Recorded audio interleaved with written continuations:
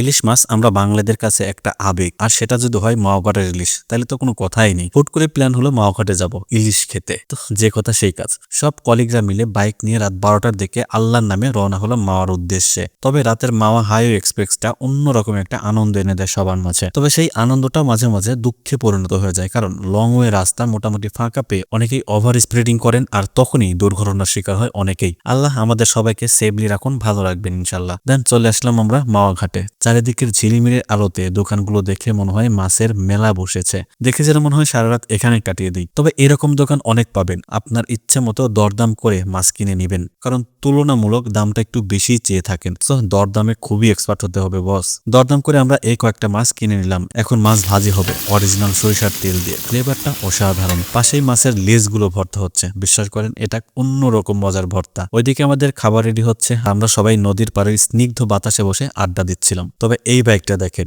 Bike এবং helmet দুটাই কিন্তু ফুল সিকিউরিটিতে আছে বস। আমাদের খাবার রেডি, এখন খাবার পালা। মাওঘাটের সবকটা দোকানের খাবার মোটামুটি একই রকম টেস্ট। তবে একটা বিষয়, মাছের থেকে আমার অন্য আইটেমগুলোর দামটা একটু বেশি মনে হলো। মাছ ছাড়া মোটামুটি সবকিছু দাম একটু বেশি মনে হলো। যাই হোক, খাবারটা মজা ছিল। এই ভিডিও ভালো লাগলে পেজটিতে ফলো দিয়ে রাখতে পারেন, তাহলে নতুন ভিডিও নিয়ে আবার দেখা হয়ে যাবে। সাথে থাকার জন্য অসংখ্য ধন্যবাদ।